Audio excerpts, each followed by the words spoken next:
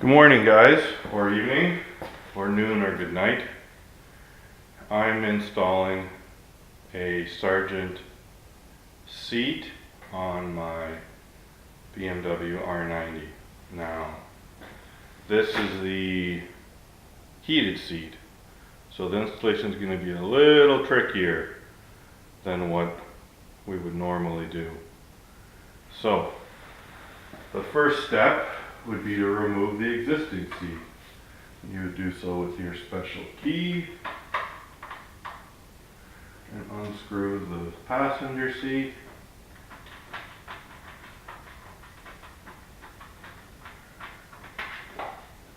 There it is. Don't lose the screw. And then we would take out the driver's seat, and then we would grab the Sargent seat and normally install it, and the installation video would be about 10 seconds long. But other than transferring over this bracket with the latching mechanism, you can see there's 4 fasteners that hold it to the Sargent seat.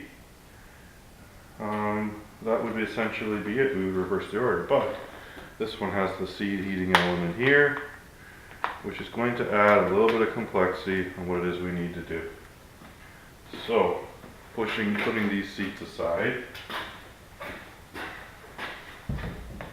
what would my plan of attack be? So the R90 has a couple of, the battery's buried under the tank essentially, but they give you a lead here to connect your positive side of your seat, and then we would need a ground, which we could really pick up from anywhere, or we have to lift the tank anyways to route the wiring. So my thought would be we'll lift the tank first and see where we can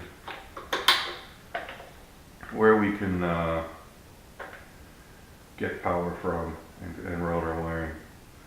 So to lift the tank, from my understanding, we need to remove these aluminum side brackets, and then we would need to remove, there's some covers on the side, the air intake on the right side, and then there's a large fastener at the back, and I believe a fastener, if we zoom in on it, this guy right here.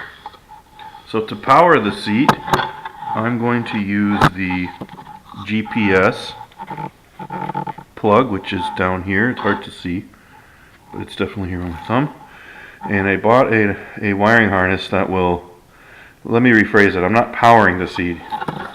I'm not powering the seat by this guy. I'm just going to use him for switched power. Switched power being when we turn the bike on, when we turn the bike on,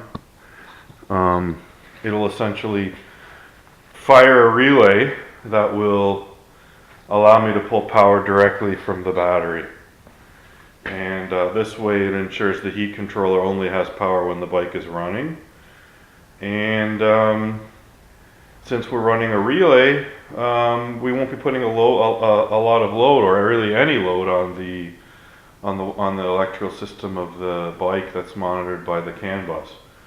All we'll be doing is firing a relay, and the relay will handle that load. So that relay will trigger the heated seat circuit, and the heated seat circuit has its own fuse, so if something was to go wrong, it'll blow that fuse or blow the heated seat circuit, and it won't affect the rest of the operation of the bike, which is good. Because having heat on your ass is great, but I think having a bike that works is even better.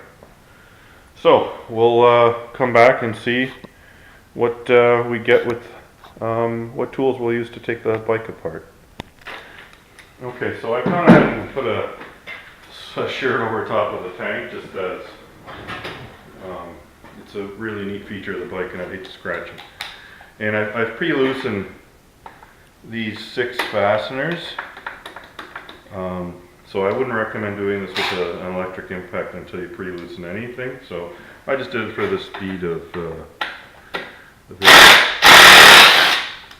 Let me take that guy out.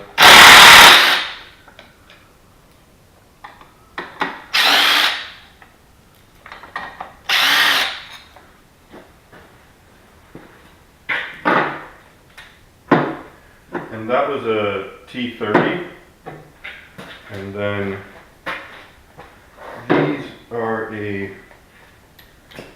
these are T45 Torx. So that removes this guy, and then the other side.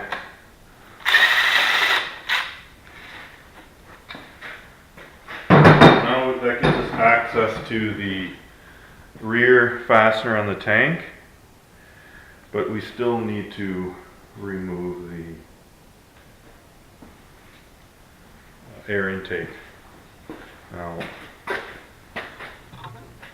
I had never done this before, so I think we remove these 2 fasteners and we slide it forward. So let's see if that works. Now they look the same as the other ones. They're not T30s. So that means they must be smaller. And I wonder if they're either 25 or the infamous T27, which I have found on some, not 25.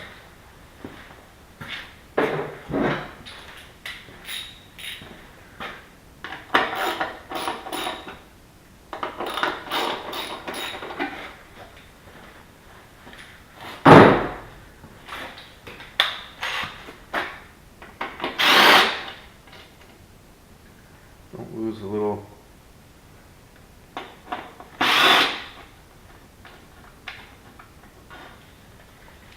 nylon washer.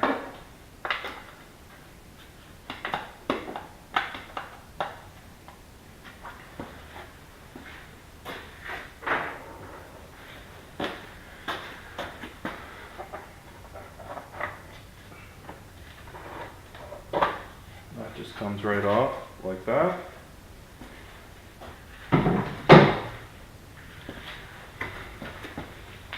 Now we don't need to pull the air intake off, but we do need to get to the fastener, and the battery is located here. So if we wanted to put our harness right to the battery, that would be the time to do it.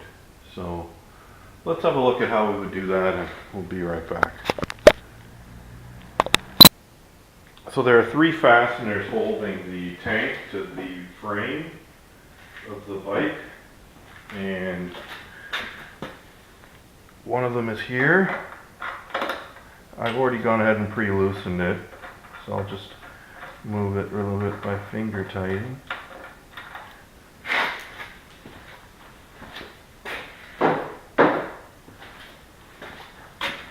And then the other one is down here.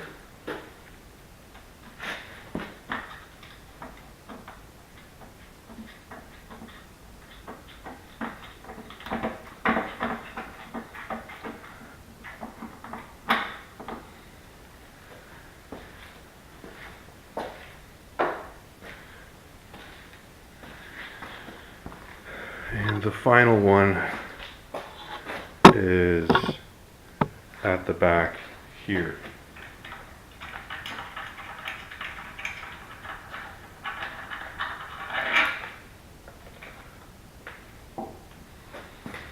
Now, I think the idea would be to lift the tank up and let it rest on some pieces of wood. So I've taken some 1x2s, wrapped them in the traditional shop rags, and then, you know, just wrap them in tissue paper, hand paper, hand cleaning paper, paper towels to maybe rest them on. So, oh, and it doesn't look like we'll be able to lift the tank up because we have to remove the ECU, which looks like it's the ECU. So I'm going to go ahead and do that too. See, you learn new stuff all the time. And that's not a T27, that'll probably be a T25. Which I have on my impact. Right there.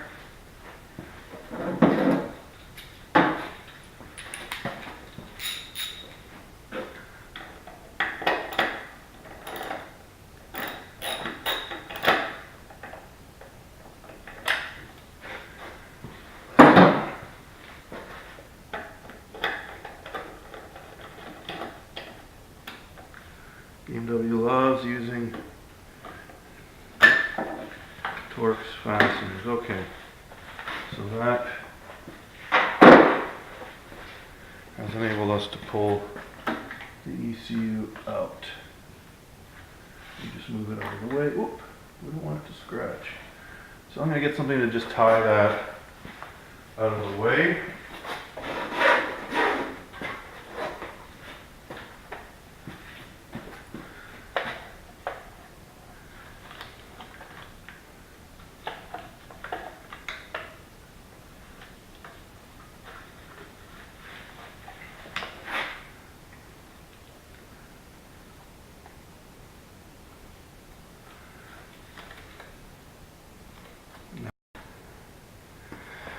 Alright, it was easier just to remove the tank than to lift it up because that'll give me access to the battery instead of those ports, so I can wire directly to that. It's easier than I thought. There's a sensor, which I'm assuming is the reservoir, or lets you know when your tank is low. That sensor needs to be disconnected. And then these fuel lines are so easy, you just push these in and they pop right out. So, I mean, if you're gonna do this, I would recommend you have an empty tank and you take the tank off. The only thing that seemed to be a bit of a bitch was the evap. There's a couple of hoses that need to go to it, and routing them back in is gonna be fun. I can see that already. But I think the advantage of it is it gives you a better access to run all your wiring, and you can see exactly where everything is. So I think in the long run, this is the smarter choice. And here's the plug. I believe this is the plug I'm going to be using for my power. So I don't have that plug just yet, but I'm going to wire everything else in as needed. So we'll be back. So the first thing I'm going to do is I'm going to wire the sea heater controller, and I'm going to route the wiring kind of along the frame to the back here. And the controller, I bought a bracket that is nice and it'll sit right there. My only concern is lock to lock, whether it'll hit the mirror, or sorry, whether it'll hit the tank. If that is the case, I'm going to be lifting the handlebars up about an inch anyway, so that might clear it. But for now, that's the idea. So we will see what it looks like when I come back. Okay, so I finished the installation of the switch and just the wire routing. My only complaint is they made the wires bright red, which I understand why they did it. You can see I went behind here, down here. You can kind of make it out over here and then back to there. But it's just, it's really eye-catching. Now, will it be a big deal? Will it be hidden by the tank? Probably, but Okay, so I was able to get the tank back on, and routing the hoses for the evap is a lot of fun. I might remove that later. I think one of them I've routed incorrectly. I'm going to have to figure out exactly how this guy goes, but this is all stuff that I can do later. I wired everything in, and it appears to work. The drawback is off the GPS port that it runs for about 60 seconds after you shut the bike off, but it's really not a bad deal. I haven't really fit everything in. You can barely see any red wires, or you can kind of make it out there. There's a red wire. What I was saying was the wire should be red. I tried to hide it as best I could, but all in all, no one's going to notice it. You got to really look for it. So the next video will have everything installed, and I'll show you how the seat heater works. And I noticed this plug back here, which is probably better to pull switched power from, but for now I think we'll be okay with where we're at. So we'll see the next video with everything back together. Cheers. Okay, so I've got everything routed. I decided to leave the relay up here because if it fails, I want to be able to get to it. And the same thing with the fuse for the seat heater. And my wiring is routed. I just kind of rubbed it around here. This guy goes to the actual seat itself. So we're going to install the seat.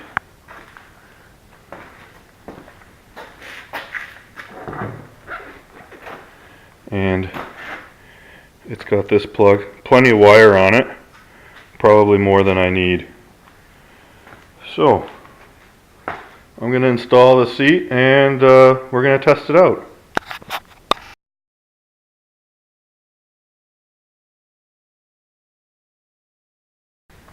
Okay, so got everything installed. The seat's back on the bike. From afar, the finish is fairly similar to the original. I'll show you in a minute. But one of my things of concern was the seat heater controller. If you see, it hangs low. I was concerned about it hitting the tank, and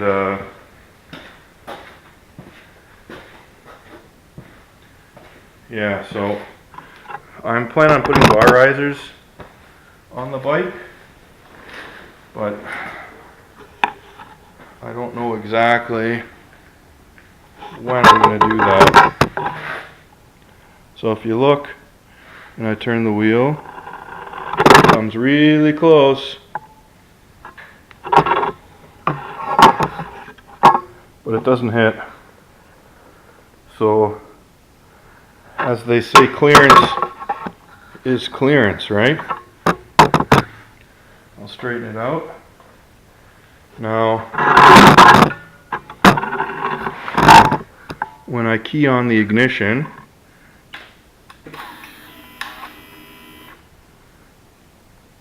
everything powers on, and there. So I've put it up to maximum simply by adjusting this, and it takes a while for it to heat up, but that's really no different than what you have in your car.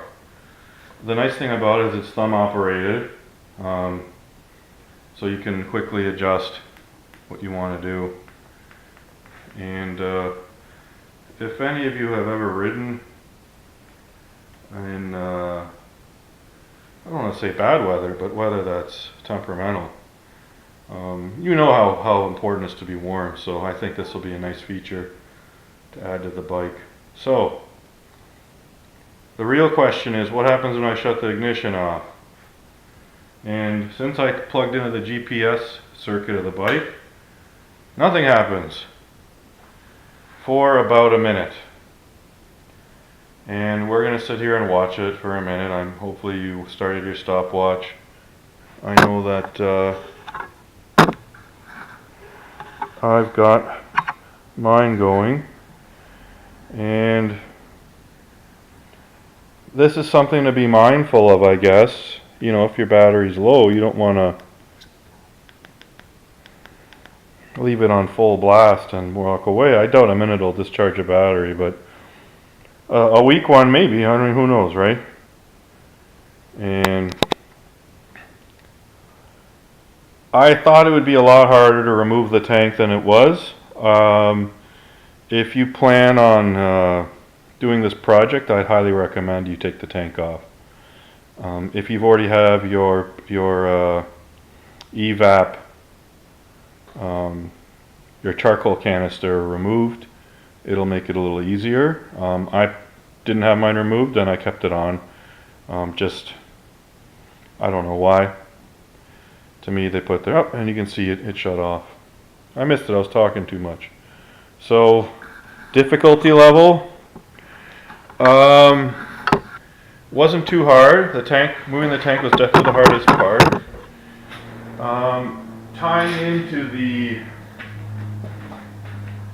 GPS circuit, I bought this from a supplier, but it's let's see if we can get it. It's the Denali Switched Power Adapter, and I think I paid like 40 bucks for it. If you're like me, you don't want to cut up a brand new bike that you just bought, the harness, and start doing pokey things like that with the electrical. So I'm going to see if I can show you where that harness is. Bear with me, it's difficult to film, and so you can kind of see the red wire there, and it's all tucked in behind there. And there's a bit of the harness right there. So that's it. Pretty easy. If you want a heated seat, I think the Sargent one is the best way to go. It's integrated in the foam. It does have a cup design. I had a F800 GS with their seat heater on, seat on it. I didn't have the heater, and it made my commute from Chicago to Detroit enjoyable. I mean, I would cross the border into Canada, and I'd want to continue to ride to Toronto. That's how comfortable I was. So I'm expecting the same result from this this heater as well, but we'll see.